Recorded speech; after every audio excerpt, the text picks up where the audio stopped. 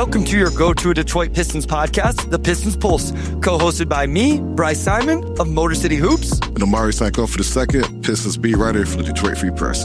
And of course, we're always blessed to be joined by our producer, Wes Davenport. If you are not listening to Wes and Blake Silverman over on the Pin Down on the Detroit Bad Boys YouTube channel, you absolutely should be. Of course, you should be subscribed to and reading all of O2's work over on the Detroit Free Press. And because it's completely free, you should also be subscribed to the Motor City Hoops Substack, where I have game notes and analysis after every game. O2, I had 5.5 pages of notes and analysis after this game on Monday night against the Celtics. It felt like a playoff game to me, and I took notes like it was a playoff game, and I feel like it kind of lived up to the hype, at least what I thought it might be. Yeah, I thought it definitely did. After the game, Cage said it was just a 48-minute battle, and that's exactly what it felt like. Like, it felt like there wasn't a single minute on the court where both teams were giving 110%. I think it's an inherently fun matchup, not just because it's 1 versus 2, but because they're just stylistically so different. You've got, a team that's top 2 at threes per game with the Pistons, who have been bottom 5 all season. And, you have a team that's got depth, versus a team that's just got a dude playing on a different planet in Jalen Brown. Just a really fun matchup, I think, for all of those reasons. And then for a game like that to go down to the wire to add 9 lead changes and 14 ties, or 14 lead changes and 9 ties. I forget which one is which. But if your Twitter would have been working, we would have that, we would have that somewhere, but we can't go check because it wasn't. Yeah, no, I was only on Blue Sky last night because, long story short, I got locked out of my Twitter account, but I'm back now. Stop trying to hack O2's Twitter. You're not going to get in. Yeah, it was somebody from some country in Europe. I have no clue who, but they failed because I updated my 2-factor authentication. Update your if you don't have 2-factor authentication, go ahead and do that, because if you don't, you might get locked out of your Twitter. Here's the thing. None of us are as important as you, so it doesn't matter as much for us to have. Nobody's trying to break into the Motor City Hoops Twitter account, but you are a beat writer for the second best team in the NBA right now, so you are much more important. Yeah, you say that, and then they hack Motor City Hoops, so I'm not wishing that on you. No, but just, fun game overall. You mentioned playoff vibes. It absolutely had that. And then for it to go down to the wire the way it did too, that was, of all the MOK games, that was the best one by far. And it was kind of fun going on Twitter after the fact and kind of reading the comments. And everybody's just collectively kind of freaking out over how good of a game that was. It was awesome. It was such a good game. A couple things here. Detroit Red, 1379. Good to see you guys live. P.L. Brown, hello gang. Very exciting game last night. Randall Taylor caught a live show Detroit basketball. Blog Pistons, hi Omari, hi Bryce, what's up? YouTube user says he got hacked on LinkedIn. I'm putting stuff into the ether that I shouldn't be, so I take back everything I said. Wes, go back and delete all of that. So somebody said, Ned Edwards said, I tried guessing Motor City Hoops password, but it wasn't Maxime Renault for MVP 12. No, it is not that. That is funny though. Very good. I was a big Maxime Renault guy, as many listeners know. Okay. Yeah. Sorry. I'm laughing because Wes pointed out that I said authentication. I said it twice, trying to not say authentication twice. Oh, listen, it's authentication, 5 syllables. I say silly stuff all the time. I was out here saying, what is it? I'll think of the word later. But yeah, I have a lot of weird way of saying things because of... It's more so for the kids listening so that they don't go to school saying authentication. I don't want them to... I'm the journalist. I don't want them tracing that back to me. I don't want to be connected to them. Help us teachers out. So, all right. I want to throw some stats at you in general. And yes, Herb Jones, that was one, Michael. I've Herb Jones for a long time before Herb. But there's a word I said as well. Gosh dang, I'll think of it. Okay. Detroit, O2 right now. They have the second best record in the NBA. They're one of 2 teams with a 70+ winning percentage, one of 3 teams that have won 30 games so far this year. They are second in net rating. Their defensive rating now is almost as close to Oklahoma City as it is separated from the number 3 Spurs. which I know some people like, oh, is that, no, like that is a real thing. Like that, this, at one point, OKC was like 6 or 7, the defensive rating points different. And now Detroit has closed that gap and separated from third, which is currently San Antonio. I looked since the beginning of the year, O2. You want to guess what the Pistons defensive rating is in the month of January, where they've played 8 games? I'm pretty sure it's number 1. It is no, guess the rating though. It's definitely number 1. It's not like 105 or 106. 99.5. It's under 100. Under 100 in the month of January for 8 games. They have the best net rating in the NBA for the month of January. What's crazy is that their offense has actually not been as good over the last 2 weeks in that same span. It has not been very good. So elite, like it's completely made up for it in this one. 25th in offensive rating in January. I was going to skip over that part and maybe save that for a little bit later whenever we wanted to be a little more negative. My point is, O2, this team is number 1 in steals per game, number 1 in blocks per game. Like all of it. This is incredible. Like they are so, and it's night in and night out. I want to get back to the Boston game. We will get back to the Boston game because I think that leads to a lot of the bigger picture conversations as well. But like, what else can we say about how good this team has been truly right now today at the halfway point? Yeah, I mean, they've just been elite. Like you said, at this point, they're now defensively closer to OKC than they are to the Houston Rockets, who were number 3 last I checked. And like, they're almost like 4 points ahead of the Rockets in defensive rating, and they're like less than 3 points or less than 2 points behind Oklahoma City. So Oklahoma City got off to an absolutely insane start defensively. They've slid a bit, and the Pistons have just gotten better. You know, it seems like they've gotten more confident on the defensive end. Not that they ever lacked confidence on that end, but when it's become a regular routine for Isaiah Stewart to just rise up and block the 2-handed poster attempts from the opposing center, and like some of the insane stuff Asar did last night. I mean, you've got everybody up and down. I mean, Kate, Tobias, Duren, like all those guys, I think, are playing defense at least a neutral level. And in most cases are well above that. You have Ron and Javonte Green coming off the bench, and they're like just absolutely elite at producing steals. Same with Paul Reed. It's just chaos up and down the roster. The only player you could pick on in that whole group is Duncan Robinson, and even he still finds a way to make a difference, just knowing where to be or just hustle plays here or there. With all that said, still doing it under 100 for 8 games in January is insane. Like just 110 is elite in today's league. So to be under 100 is incredible. It's Caleb says, live episode while I'm working takes away the dilemma of watching live versus waiting till I'm working. Seeing you on the all NBA pod, Bryce, way to rep the Pistons. Yeah, I had a really good conversation over there with Adam Murray's, who's hopefully I will see him in Denver whenever me and O2 get to connect. A week from today, we'll be at the Nuggets game. Blog Piston says, greetings from Spain. We're seeing your questions and stuff in the chat, guys. So we will definitely hit on some of those. YouTube user says, are the Pistons number 1 points in the paint? They are actually number 2. New Orleans is number 1. New Orleans. O2's guy, Derek Queen, holding it down over there for the Pelicans.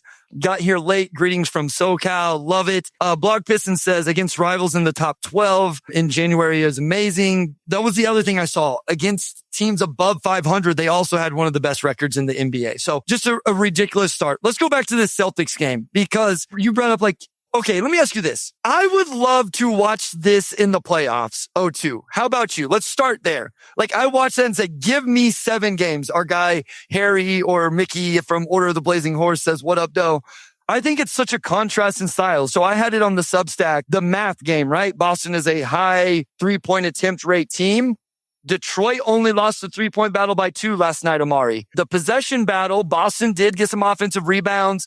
Detroit didn't turn them over quite as much. But what Detroit really did was they just held down their field goal percentage. Boston was 40% from the field. I'm all about seeing these teams go at it in the playoffs. I love whenever they match up and have games like we saw on Monday night. Yeah. I mean, if this were in the Eastern Conference Finals, I think everybody, save the teams who are hoping that their teams get to the Eastern Conference Finals, but just from an objective matchup standpoint, I think that would be really fun. This is the second straight. When I say second straight, it seems like every single Pistons Celtics game comes down to the wire. You remember in Boston, that one also came down to the final possession. They just came down to some missed free throws at the end.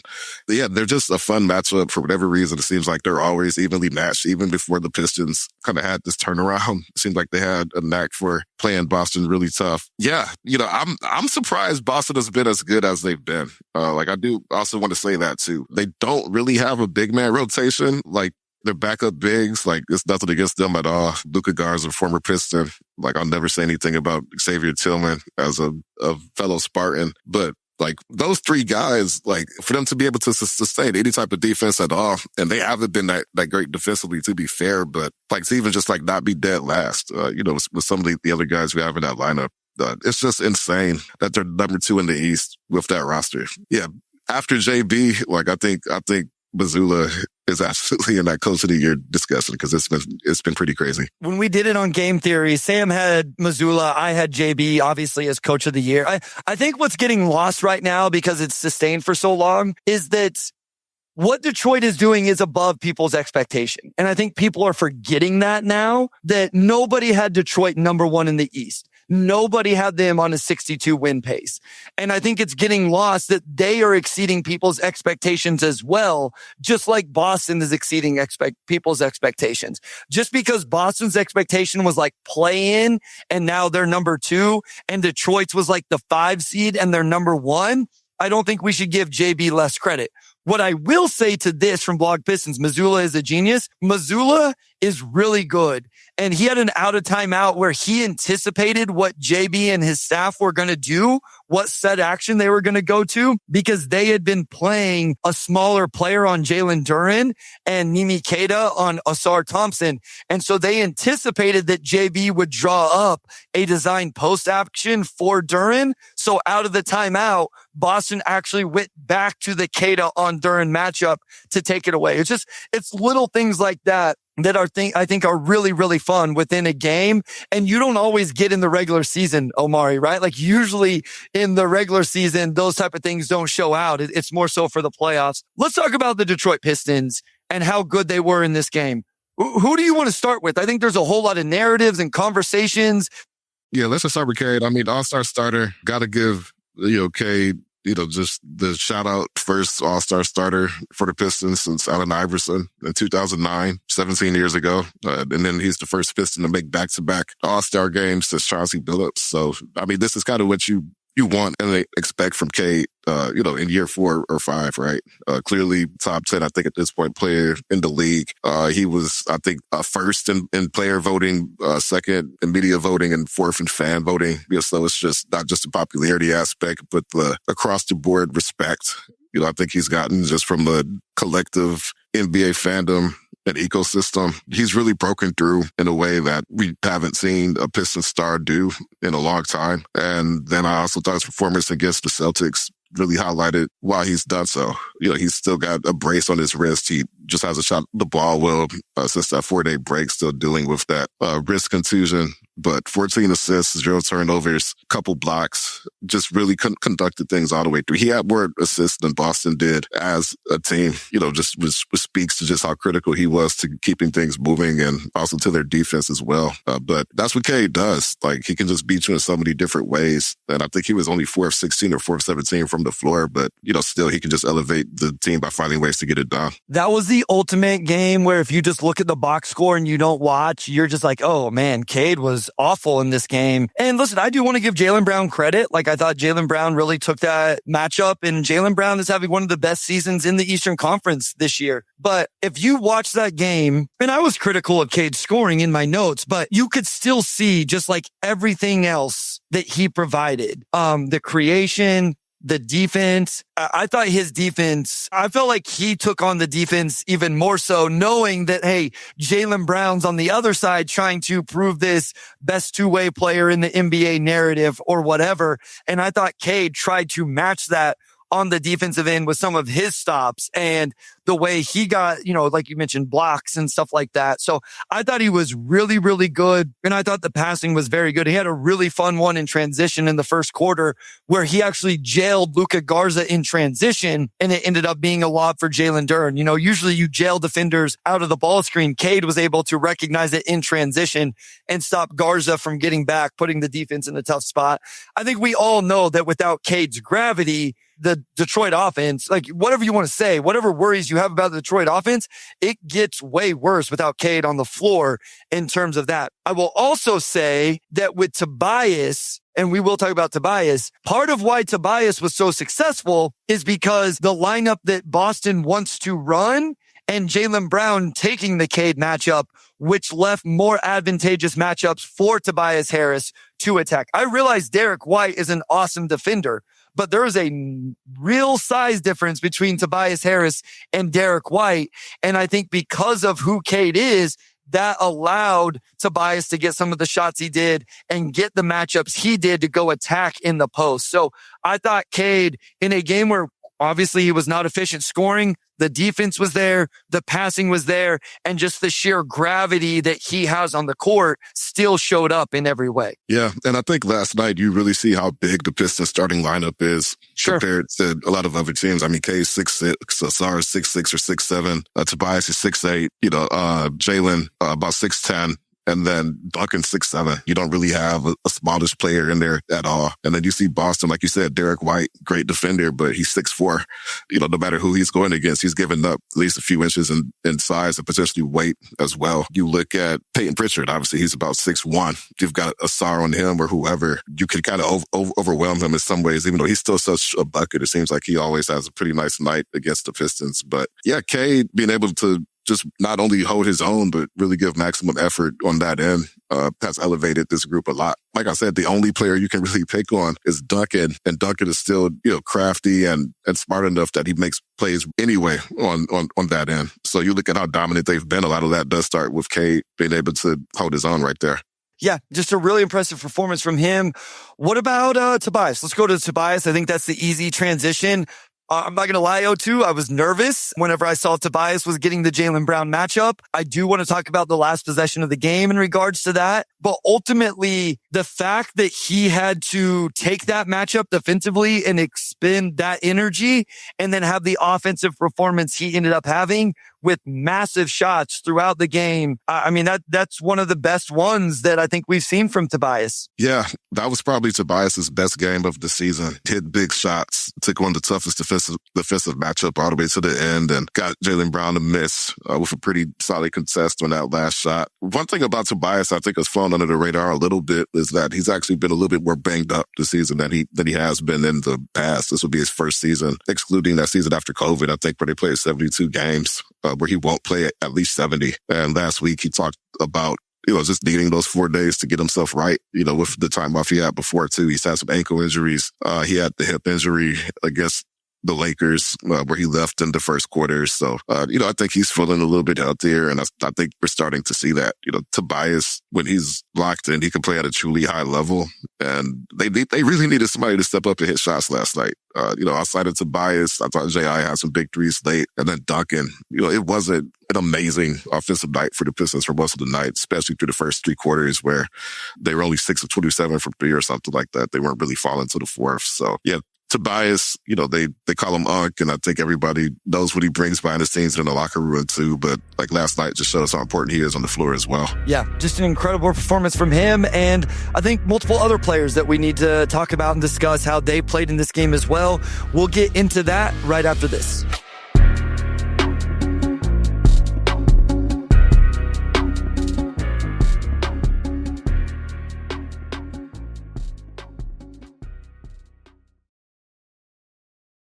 All right, we are back with segment 2. Unless you had any other thoughts on Tobias, we could let's talk about Jalen Duren. I thought last night was probably his best night of the month of January. He had 18 and 9. I thought that some really strong defensive possessions, including switching on some smaller guys. He had a really nice closeout on Jaylen Brown, I thought. And then, was just dominant in the interior. I think that's what you want from him.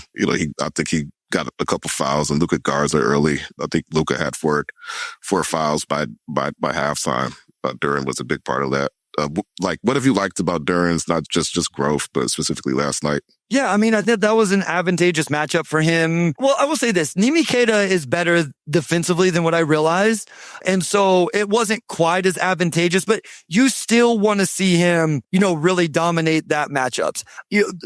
I thought he was pretty good. I still really struggle with Duren in the ball screen defense, Omari. I still think he gets his hips open to the handler too much. And I would really like to see him work on that. I would like to see his hips be a little bit better in the ball screen drop and all of that. I thought he got out on an island in isolation quite a bit last night, maybe more than other games. And I thought he held up decent. Like, I thought he did okay. I don't remember a whole lot of possessions where man, he just got cooked. Like, I'm sure there's one or two, but that was kind of interesting to me because to me, the more I watch the NBA and dive into it deeper and all of that, the more variety you can provide, the better suited you are to make a run, the better suited you are to win night to night in the regular season, but especially in the playoffs. And so if Duren, he's going to drop more often than not. But if there are times where Detroit can say, hey, all right, we just got to switch this and let him survive and live on that, that would be huge. And I know that was talked about a lot early in his career and coming out of college. I don't know that we've seen a ton of it, but that was probably the biggest thing that stood out from this particular game, along with the play finishing, right? 18 points on 12 field goal attempts is very, very efficient, obviously. So I thought that he did do what he needed to do scoring wise. And those points from the center position are just massive for this team right now. Do you think he's an all-star, a deserving all-star? So we would have to really go through it. I think it's easy to say yes, right? I think it's just easy to say. So let's quickly do it. And we'll just try to get to 12. Maybe Wes, you can keep track of international and American. Well, that's where it gets tough because then, but let's see where he's at if we just go 12 in the East. All right. So Cade is 1. Yes. Yeah. Jaylen Brown. 2. Jalen Brunson is 3. Who are the starters? Giannis and Maxey. Yeah. Okay. So let's start. So that's 5. Scotty Barnes. Toronto has to have a representation.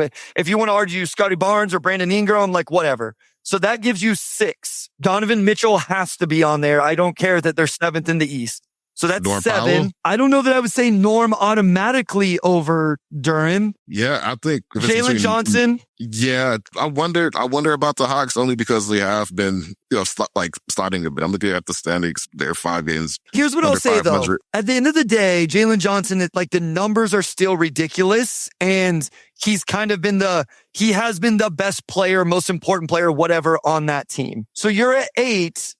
And then you don't have a representative from Orlando, which maybe I don't know how that's going to play out with all the injuries. You don't have a representative from Miami. So I would say no matter who you say, that's 10. We haven't mentioned Towns. Michael Porter Jr. is actually a really interesting name. They're 12 and 29, but he's had an incredible year. I don't know that Charlotte's going to get any individual player. I think there's a little bit more of a discussion than what people think sometimes, but I think he's right here then in the mix once you get through some of those names. Yeah, there's always snubs. I think the reality, and it's been a reality in the NBA for, at least 6-7 years in my eyes. There's just more talented all-stars and all-NBA players than could just get on the ballot. I actually think you could very fairly do a 4th all-NBA team and not be having to reach to find guys on there just because the league is so deep. It's just when you have a Pistons team that's so far ahead in the East. I mean, they're 5.5 games ahead of Boston. They've just really put ahead, and who knows where it'll be in 3 weeks by the time we get to the actual game. It just seems like historically, coaches have always favored winning to an extent. And if the Pistons are going to have, I'll put it this way, if the Pistons have 2 All-Stars, the second one is Duren. And 100%. I agree. And I think he does.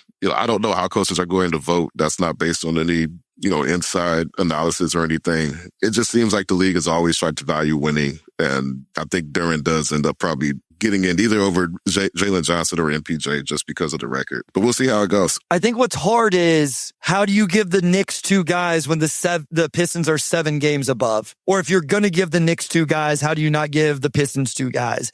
If you're going to give the Raptors Scotty Barnes and Brandon Ingram, that, I think that's even harder to justify than Jalen Duren. You know what I mean? So that's my thing is it's really tough to see how other teams get 2 guys and Detroit doesn't. But I know that's not always how it works. So I think he is absolutely right there. I struggle a little bit more to say it's a lock, just in terms of I know how sometimes this stuff goes. As we went through it right there, it seemed like the chance is pretty high because of their success. And it's not like it's unwarranted statistically. Like he's averaging 18 and 11. So like he's having a good season. We'll see. I don't want to say it's a lock because then I'm afraid Pistons fans will, they're going to get upset either way, and maybe rightfully so if he doesn't end up on. Another aspect of this is the international versus American component, where they could end up having to add extra players based on and injuries and all of that. We'll see. I want to talk a little bit about Duncan Robinson, O2. One, Duncan Robinson's plus minus is yet another reason that we should not use single game plus minuses to make any sorts of argument. Duncan Robinson was a -4 in this game, and I realized it was a close game, but Duncan Robinson was not a negative in this game. Duncan Robinson was awesome in this game. Like, to me, this was the Duncan Robinson game where it wasn't just 3-point shot making, and there was that, but it was also hustle plays, would come in and tip rebounds away, stuff like that. You tweeted about the jab step 3-pointer, which was incredible, and no shade to Derek White, but the fact that he did it to somebody as good defensively as Derek White just made it better. My favorite possession was the over the head save and then sprint to the other corner and knock down a 3 from Duncan Robinson. Yeah, Duncan's fun to watch when he's in that type of groove. Duncan Robinson has a bag. Like, let's start there. He's got some tools in his toolkit. I think last night was more so just his 3-point shooting. But, we've seen him kind of take guys off of the dribble. Like, we've seen cutting. He doesn't turn the ball over much at all, which you wouldn't expect him to, being a guy who's more so an off-ball shooter, but he does have the ball enough that, he could be turnover prone, and he's not. He just tends to make good, decisive decisions. That behind the back save, just a crazy sequence. Assard, tries to touchdown pass downhill to him, overthrows it by probably 6 or 7 feet. And yeah, Duncan just boats and just barely gets to it. Like, his feet are probably 2 inches from the baseline out of bounds line, and he just kind of heaves it back. Cade catches it in between like 2 or 3 Celtics, and then Duncan just kind of drifts from, the opposite baseline, and it knocks down a 3. Like, the whole thing was extremely chaotic, yet, the Pistons were kind of in control of it the whole time. But the main point here is that Duncan just does so much stuff for the offense that I think adds up over the course of a game. It's not just the fact that he can shoot, but it's how he gets those shots and could just consistently create things for a team that, for all of his efforts last night, he carried the 3-point effort for the most part. Like, there was a point where, I think he was like, 4 of 6 from 3, and the rest of the team, was shooting sub 30%. So it's just the way he gets to those 3-pointers that I think just kind of goes beyond the typical spacing and really kind of helps keep this offense afloat. YouTube user says it perfectly. Duncan was good last night. Boston hunted him and he held up better than expected. Was he a positive defender? Probably not, but definitely a positive player by a mile. I also want to highlight this. Late in the game, Tobias Harris makes a massive 3-pointer, and it was off a Cade catch, drive, and kick. Cade created separation for that catch, drive, and kick because Duncan Robinson set a very random but great flare screen to create that initial advantage. So I ask you this, O2, who do you think leads the Detroit Pistons in screen assists this season? I would guess Duren. Just virtue of his role, yeah. Jalen Duren is 1. Who do you think is 2? Stu is 2. So Duren has 91. Stu has 60. Who do you think is 3? I would say Tobias, but I think he's missed too much time. It is Paul Reed at 42. Paul Reed, yeah. The next one is 30, and then there is a massive drop to 13. Who do you think has 30 screen assists this year? So I would guess Duncan. It is Duncan Robinson. So if you take away the Tobias big... after him? It is actually Asar and Cade at 13, Javonte and Tobias at 9. Tobias, per minute, Tobias is probably the next. But my point here is, obviously your bigs have the most screen assists, right? Like that makes sense. But being a good screener as an elite shooter that Duncan Robinson is massive. And being able to even set screens early in offense. There was one possession where he came up and set one because he's usually guarded by the other team's worst player, right? So if he can set a good enough screen that forces the switch, now Cade Cunningham gets to attack the other team's worst player or draw the double team or whatever. So I would say Duncan's 30 screen assists probably don't even tell the full value because there's a lot that don't show up as true assists in the way they track them or score them. So I just wanted to give Duncan credit for that because I just think at the end of the day, he's so much more than just a floor spacer. And here's the other, he at least gives great effort defensively. How many times have you watched a defensive possession where you're like, man, Duncan's not paying attention? Duncan, you may be like, man, Duncan's slow, but you didn't say he wasn't trying hard, right? And I think there's something to be said for that. We'll see what it ends up in the playoffs, but through 41 games, he's been everything I thought he would be for this team. And quite frankly, Omari, maybe a little bit more. Yeah. And let's just say last summer, again, great work by the front office for that quick pivot to Duncan. And then, I mean, to get him on the contract, they got him on too. I mean, I think his value to this team has exceeded that. And like beyond this season, it's going to continue to exceed that.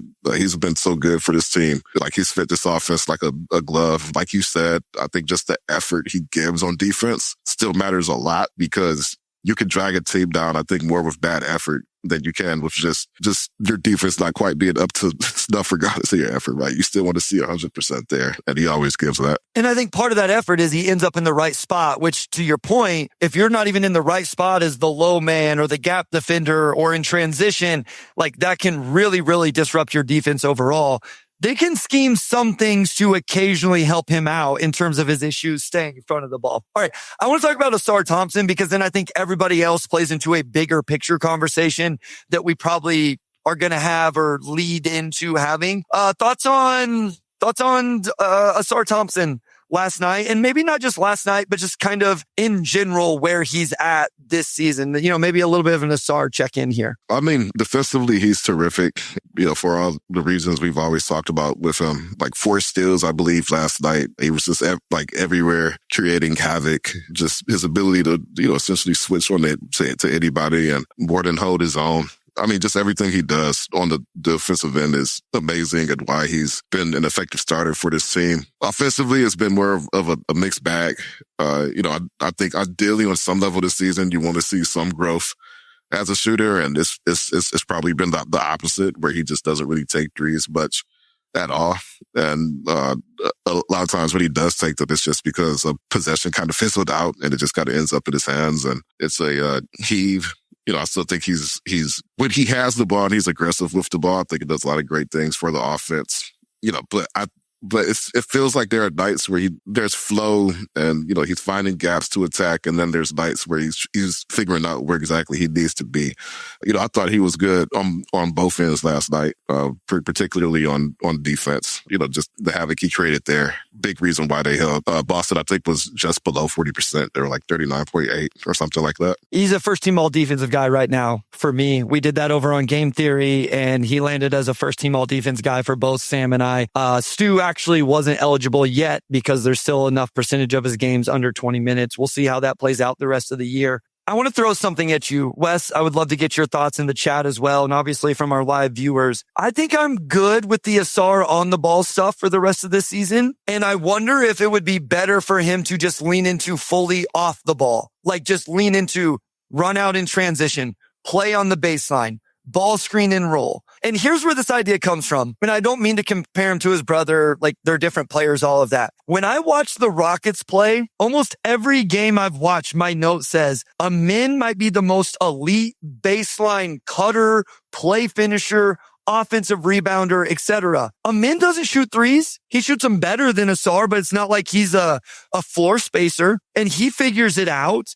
Houston, has some floor spacing questions. Maybe not to the extent Detroit has, but I was all about let's play Asar on the ball, put the ball in his hands, let him try these things. We are halfway into the season. I don't know that we've seen it be extremely fruitful. And I do wonder now if the plan should be, let's put him in the dunker. Let's put him in the corner to cut backside. Let's put him in the dunker to get an offensive rebound. Let's use him in the ball screen short roll to go finish or throw the lob to Duren or whatever. What are your thoughts on that, O2? Are we far enough into the season now where it's like, maybe let's go put him in a role where he can thrive and then we can get back to the other stuff, next off season and into next year. Your thoughts on that? Yeah, I think, I think I'd agree. I feel like early in the season, we saw a lot of stuff we liked from Asar with the ball in his hands. And I just feel like as the Pistons have had more guys come back, who are going to have the ball in their hands in some capacity, it feels like Asar's, been lost in the mix a bit, as far as what he should do when he has it. And he's a great off-ball cutter. I think, the goal is that you just don't want defenses to ignore him. You want them to have to account for him at all times. And there are strengths that he can lean into. Can I touch on that real quick before you finish? Sure. My argument to that is, I think that's why I want this to happen, is so he can start to figure those out. Because there are ways for him to counter. So let's say they put their worst defender on him, right? Because we're just going to ignore him. Well, then Asar should have 5 offensive rebounds in that game. Or I think one of the underrated things that players haven't taken from Draymond Green, I'm sorry, people, I know people hate Draymond Green sometimes, is the catch and immediate into a dribble handoff or something like that. I guess what you're saying there is kind of my point, O2, is let's put him in that role so he and they can start figuring it out, because it doesn't look like putting the ball in his hands more is the answer to, well, he doesn't shoot it very well, so we'll let him play in that role. Does that make sense?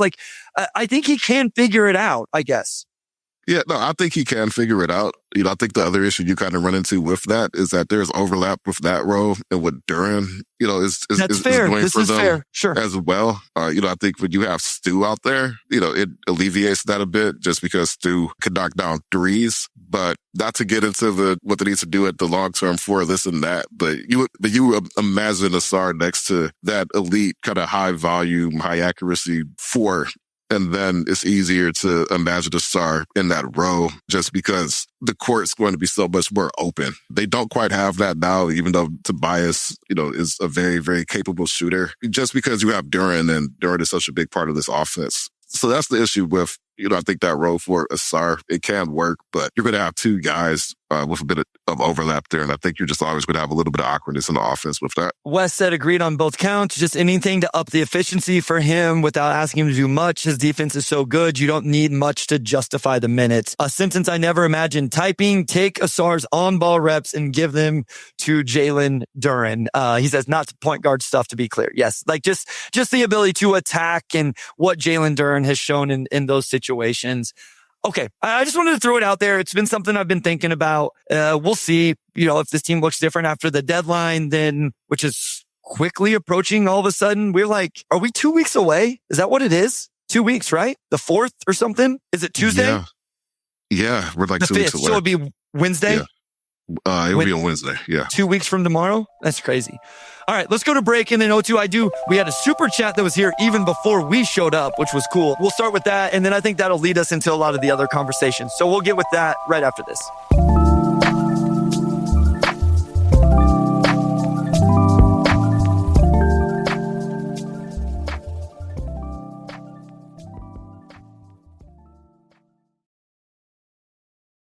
All right. We're back with segment 3, and we have the best usernames because our guy at YouTube user, and then this one is pretty funny as well. So appreciate all of these. At insert clever username 993, $5 Canadian. Thank you. Is that what that means? Okay, let's go. Canada. We're representing all over the world today. I love it. Yeah, shout out Canada. Why does JB not close games for Stu on the floor, not having him or Asar guarding Jaylen Brown on the final possession of this bad process? I think that's a fair, question. Why not have your best defender on the floor when you just need a defensive stop? Same for Stu. I think the reason for that is because you could not have them out there, and I think this team is good enough to still have a good enough baseline defensively to maybe live with the trade-off, and then if things kind of get knocked off course, whatever, in that last possession, you have guys that could shoot, generate a little bit more downhill gravity, whatever it may be. But I think they still would have won last night's game if they had Stu and Asar on the floor. I don't know if they played better with them not being on the floor. What I'm getting at really is I think this team is deep enough that it's okay to not have those guys on the floor. And I think in every scenario, especially if the results are what you wanted them to be. And, for a team that's 31-10, did get the stop in the last possession. I think it shows that this team has the depth to that always have to lean on those guys. But I'm curious to hear your thoughts on that, Bryce. First, thank you for the super chat. Truly, we appreciate it. The part that I definitely agree with there was I did not agree with JB not having a SAR on Jaylen Brown on the last possession. At least that scenario. And that was a very, very specific scenario. And this is another one of those situations. Like I would love to have access to JB, not to just like to truly understand, like just as a basketball mind, like JB obviously knows a million times more about hoops than me, but just ask like, okay, JB, what went into the thought process? Why no Asar on Jaylen Brown? Like, I think I can understand it, why it wasn't throughout the game. You need Asar to chase Peyton Pritchard and different things like that. And so my question would be like, did they not trust Asar to stay down? Like, is there something in Jaylen Brown's specific offensive game that they think Asar, he could have taken advantage of Asar with a shot fake or something like that?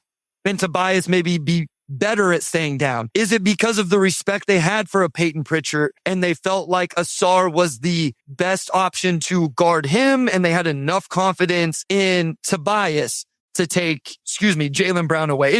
It would be fun things to just hear his answers and talk to him about, because I am genuinely curious, because I did have the same thought of like, you know who else? I was like, why is Ron Holland not on the floor right now? Like, I think Ron Holland has been awesome defensively this year. Now, in that specific situation, you're trying to execute very specific things. It's not quite as much like, hey, the chaos. I think Ron's been good, just like being solid though, O2, don't you? Like, and I'm not saying I want Ron on Jaylen Brown, but I think Ron could have been on the court somewhere. But to your point, am I going to argue with some of the guys that were on the court? It's hard for me to do that as long as it's not Duncan Robinson. And listen, this is not Jaden Ivey hate, but Jaden Ivey's probably the next worst defender after Duncan Robinson. As long as it's not those two guys in a defense only situation, I have a hard time critiquing too much. You know what I mean? So I have a hard time being too upset about it, I guess. Yeah, like that's kind of where I'm at. I'm not too upset about it. Like I know Javonte Green kind of came in on that last possession, and I mean he's like a great defender. I think really good, specifically at contesting the perimeter. So that made sense. Yeah, like I think I would be curious, to know kind of the specifics or some of those decisions for JB. But when you win, like that's not, that's not going to be a question. Should I bring it up in Denver whenever I see him, O2? Should I be like, hey, JB? No, I'm definitely not doing that. No, so here's the thing. If you were going to go to a practice, I think that is a great practice question, not necessarily like, hey, like after a game, just like, hey, you should have did this. It's more so the next day at a practice, I would say what kind of goes into those decisions, right? Like, why would you favor maybe a Javonte Green or whoever else? Like, is it something you're looking for from a discipline standpoint or just specific matchups? Like I think that's not the best in the game question after a win, but for practice, I think you would get a very insightful response. So maybe that's something. Hey, JB, you're preparing for Jamal Murray tonight. But hey, can we go back to a week ago when you played the Celtics? And no, I don't. I never have the guts to ask a question anyway, so I just sit there and smile. Wes says maybe the answer is just that Tobias had been guarding him all night, front row seat to his tricks for 30 minutes. That's fair. And then YouTube user JB's playing 4D chess and Asar will lock Brown down for 40 minutes in the playoffs when it matters most. Maybe. So I don't know. I think it's a fair question from the super chat. And I do think it was fun to talk about. Sharon Dalton, good win last night. My question to you guys, why does JB continue to bring Karras out to play instead of Jenkins, who I feel is a better facilitator and create his own offense? Listen, I think we all agree here that JB has been awesome. So I want to be clear there because it's like two questions in a row where we're questioning some things. JB deserves all the credit for me. And whenever I went on the All NBA podcast the other day, first thing I brought up was the way he changed the culture of this organization after a just disastrous season. But when you're winning, these are the kind of conversations you do start to get into.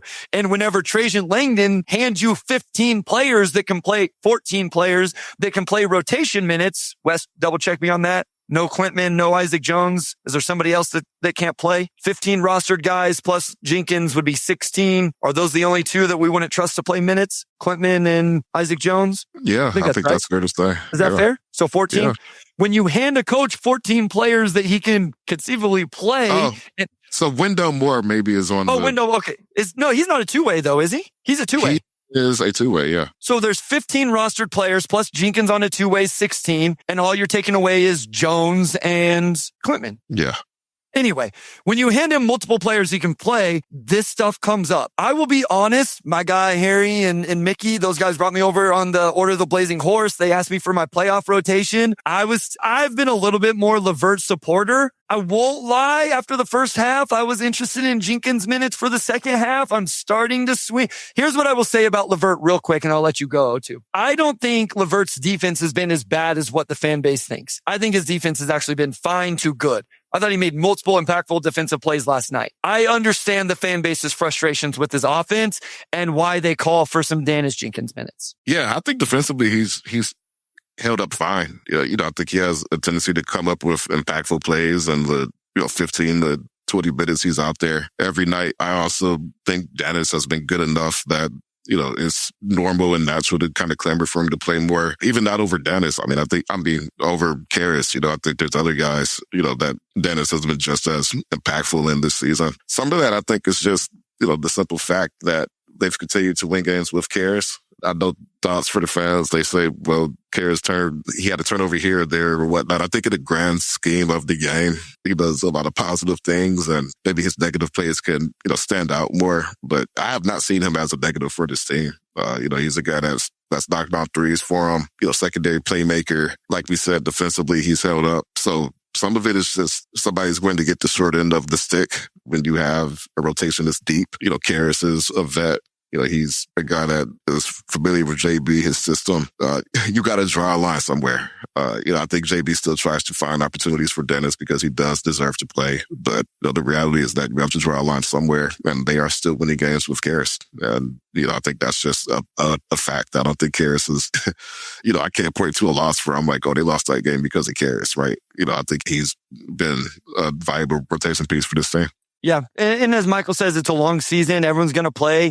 Yeah. So we'll see how it plays out moving forward. Wes, it's Chaz Lanier would be the other guy that you're probably not comfortable in a rotation right now. So it's 13 guys. I think there's 13 guys that we've seen make a difference in the regular season that you could feel like, hey, if this guy's in the rotation tonight on a random night, it's like, hey, yeah, we feel comfortable with that. Okay, we got to get through these a little bit quicker. Blog Pistons. I feel the most correct in the long term, if you want to give assets, would be Trey Murphy. This was trade potential because his contract would give us a lot of margin in salaries. Do you think 3 first rounds would be enough for Trey Murphy the third? I don't know. I don't think he gets it done, O2 based. I don't have intel, but just conversations I have and listen to. I don't know that 3 gets it done, man. Trey Murphy is playing extremely well on an extremely good contract that just kicked in. Do you give that up for 3 picks between 25 and 30? I don't think so. And I don't think from an asset standpoint, there is a deal the Pistons would put together. Interest New Orleans enough to want to do it, that fans would also be like, oh yeah, we need to do that because it would take something to get him. No, I don't think that's enough for Trey Murphy. And as Michael says, if I'm Weaver, I demand Stewart or Asar, exactly. Plus first round pick. There's also somebody has to go out in the trade. As I brought up Trey Murphy, Lauri Markkanen, Jaren Jackson, as those deals have been presented to me by other people, I often find myself hesitating to say yes. You know what I mean? So I've kind of resigned to the fact that I'll wait for Trajan to make the big move and then I'll just analyze it there, or continue to feel like he probably just makes a smaller move with the TPE or something like that. Listen, I don't think Lowry's contract is horrible, but to your point, and I think Wes has made this point with Jaren Jackson Jr., those contracts are massive. And so that is a huge part. I'm not giving up a bunch of assets along with having to take on that money. And then I have to figure out paying Jalen Duren, and I have to figure out paying Asar Thompson and all of that stuff. Random thought I had earlier, but Bryce, if the Pistons keep the 1 seed, you should wear a Big Ben fro all day at school and on the pod. If somebody sends me a Big Ben fro, I will wear it on the pod. My students will not understand it at school. So that would be a waste of my time. These kids don't know who Big Ben is, guys. But I would wear it on the pod. I think I would be willing to do that. So I think that's a good idea. You think so? Are you going to wear it too? You have to be more. You have to be more my braids professional. out. I'll just take my braids out, and I've been waiting, man. Afro, you know? I like your hair whenever the braids are out, man. You haven't done it in a minute. It's just a convenience thing. The big hair is inconvenient. Like when it's braided, just braid it. You know, I don't have to think about it, worry about it. Will 313J, great show, guys. How did Sasser lose minutes immediately after that one great game? Why not Chaz over LeVert? I don't know. I don't think Chaz is probably going to get there. I realize that the jumper is real and all of that. I think with all of the other names, I just don't think Sasser's is interesting because he did have a massive game. This is where, to me, where JB's job is the hardest, like deciding this stuff night in, night out within a game. And I think why when he gets to the playoffs, his job becomes even more difficult. So, I don't think they're easy decisions. And I'm not saying people are saying they are, but his depth is great, but then you have to push the right buttons and make the right decisions with it. Yeah. I mean, the reality, just going back to Dennis, is that you can't play everybody. So, whether it's Sass, that is Chaz, whoever it may be, they can't play everybody. That's all it boils down to. They tried the 12, 13-man rotation thing. I think it's just not enough minutes for guys to really get into a rhythm. So now they're back to more, 9 to 10, maybe 11 some nights. But you can't play everybody. That's all. Who gets forgotten is Paul Reed. Yeah, Paul Reed. Paul Reed has been awesome in his minutes, and nobody gets mad when he doesn't play. And partially that's because it's Duren and Stu playing over him. But I'm like, that dude deserves minutes just as much as a lot of these other names. So, all right, we do got to get through these. I got my son's practice here in a little bit. Do we have the better Thompson twin? Guys, I love Asar. Amin Thompson is better right now. Who knows where it goes? I'm not saying it'll always be that way. Amin Thompson, every time I've watched a Rockets game, I've immediately thought that Amin Thompson is better than Asar. It's okay. There's nothing wrong with that. Doesn't mean it can't change. Amin is better to me. O2, any thoughts? I'm going to plead the fifth. They're both good. They're both awesome. Players. They ask us a question. Do we have the better one? Asar I would listen to Asar is better defensively. I think there's a case for that. But anyway. Listen, you got to see these guys every day. I don't. I have to see him once. Hopefully Asar doesn't punch me in the face. M. Wesley 13. I have no reason to believe that Asar would react that way. I'm sure he's an incredible person. Can you run off-ball screens for Asar to get him cuts or catches 10 to 12 feet from the hoop with an open runway? I like his decision-making more as a connected piece rather than primary ball handler. Yes and yes. Please do this. This would be awesome. And this is why I like using him as a ball screener. Yeah, I agree. I think he is a great playmaker when he doesn't have to pound the ball per se. It's just more so quick, decisive decisions, immediate read, the drive and kick, whatever it may be, dump off. Yeah, I like Asar on that role. This is a fair point. Amin also hasn't been injured in his career, and developmental path has been different for those two players. So that's a fair point. Steven Suggs, the simple fact is the Pistons need to do a 2-for-1 trade because of the excess of players that deserve minutes, and long favorite players may need to be traded. I mean, I was thinking about this today. Everybody wants Danis on the 15 and they want to use the trade exception. That's too many players. You only have Isaac Jones as a guy that can go out, right? Like that's I don't think you're getting off of Clintman's contract. Obviously not Chaz, Sass, but I mean, we broke all of this down in terms of the use of the TPE, but if Jenkins takes a roster spot, which that decision is quickly approaching, as Keith Smith let us know, then, and when I say decision, meaning like it has to be made because he's almost used up his 50, then yeah, like somebody's going to have to move. Listen, I realize LeVert is everybody's easiest answer. Like I'm fine with that.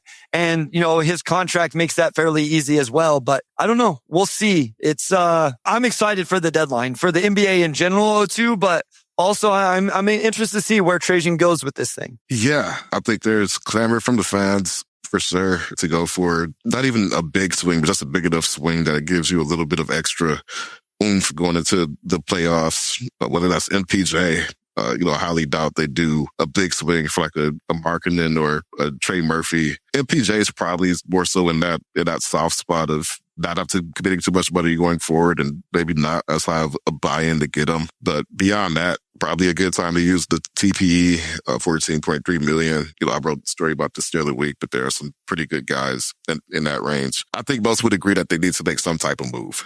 I don't think they need to make a move just to consolidate the roster or anything like that. I don't think that's a priority. Just get some more shooting or depth at the floor or whatever it may be. But they do need to do something. before this deadline on, what is it, February 5th, 7th? February 5th. Yep. 5th, yeah. I stand that we'll probably be back on Monday next week, guys. So we'll have another episode before the deadline, obviously. But I still like floor spacing. Go get a 3-point shooter. Even if it's a guy that just, it's 24 minutes of Duncan Robinson, 24 minutes of this guy. They can share the floor in offense only situations or whatever. You're one poor, cold shooting series of Duncan Robinson away from being in real trouble, I think. So yeah, we'll see. That's where I'm at. That's what I think they end up doing. We will be back on Monday. And then, like I say, O2 and I will be there in person. I will be there in person. O2 is always there in person, but get to see him in Denver for the game on Tuesday. So excited for that. See them in person. I told my wife the other day, O2, I'm coming to a playoff game. So okay. Obviously, I don't have like tickets booked or hotels or whatever. Honestly, you know what's crazy? This is how far the Pistons have come. I'm like, okay, I can probably only make one trip. Do I anticipate them winning the first round and then try to come up for the second round? Do I wait for the Eastern Conference final? What is my game plan here? But those are tomorrow's problems. But I told her I'm making the trek out. I haven't been to Detroit in a couple years now. I miss it. We love the city. I miss being there and seeing the NBA finals, Bryce. There you go. Maybe I'll come back a second time if they make the finals. I don't know how much harder credentials are hard to get for the finals, but anyway, so I'm excited for that. I'm excited to see you here in a week. Yeah, playoff Bryce. But thank you for everybody joining us. As always, we appreciate you. We'll be back on Monday, I think, based on how the schedule plays out. So take it away, O2. Yeah, big thanks to our audio producer, Robin Chan, our editor-in-chief, Nicole Avery Nichols. A big shout out to West Davenport, as always, and we'll talk to you all next week.